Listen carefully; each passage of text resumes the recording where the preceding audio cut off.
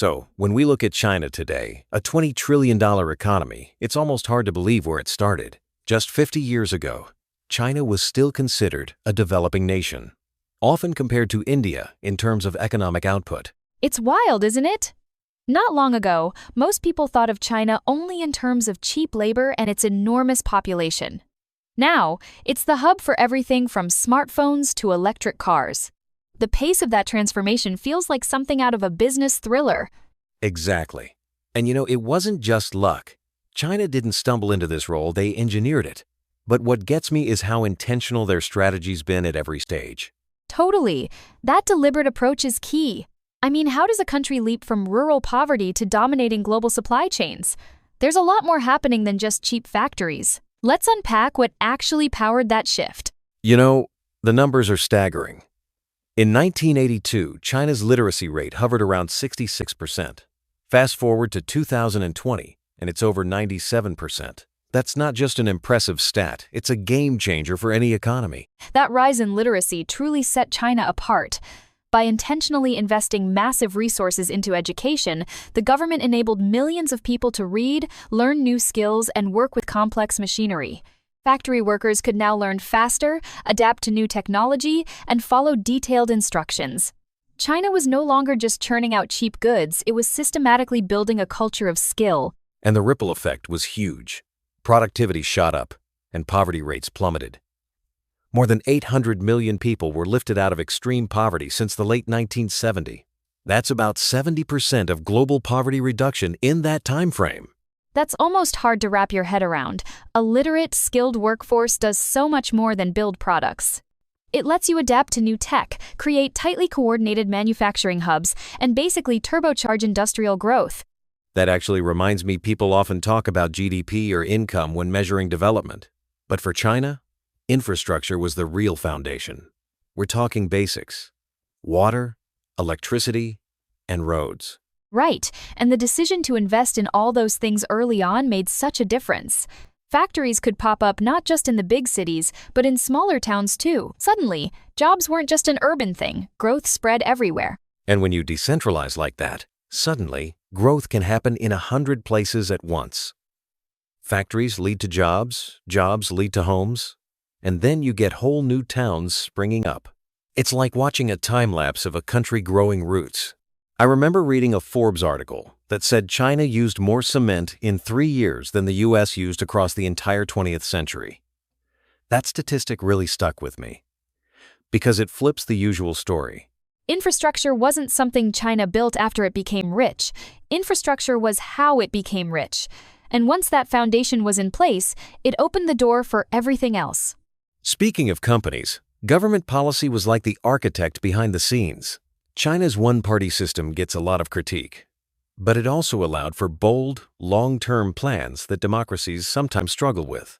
Absolutely. The consistency was a real superpower. When Deng Xiaoping launched reforms and special economic zones in places like Shenzhen, it was like flipping a switch. They created playgrounds for business with tax breaks, smooth regulations, and first-class infrastructure. They created the perfect conditions for manufacturers: educated workers, cheap land, stable power, and easy logistics. That clarity made China a magnet for foreign direct investment.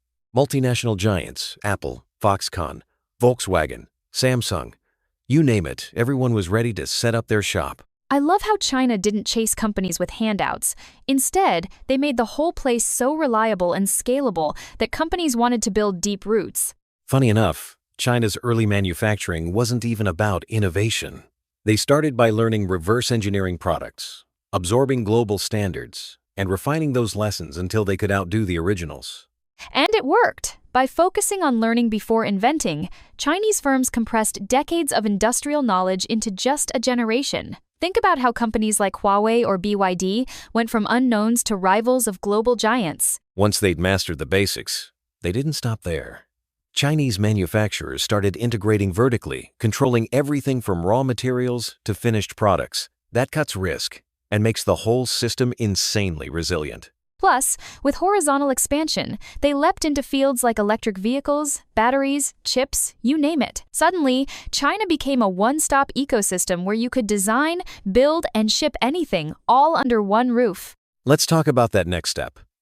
For years, the focus was on churning out massive quantities. But over time, the real edge became quality.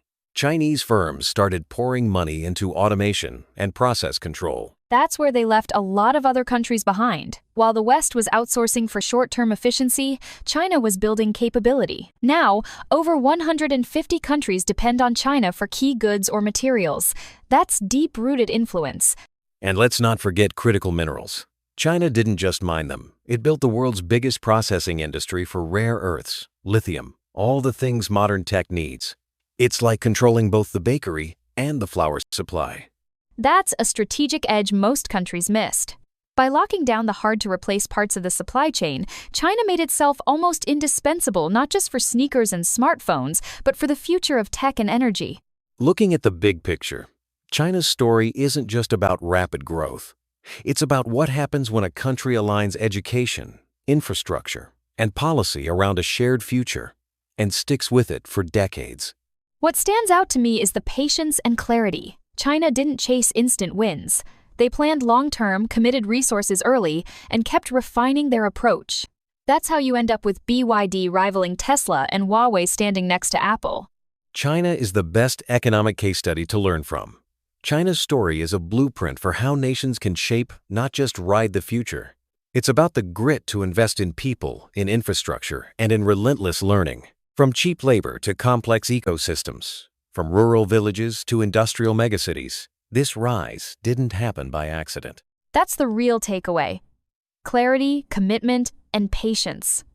When a nation gets those three right, it doesn't just catch up. It redesigns the global economy. If you liked our today's podcast, please do like, share, and subscribe.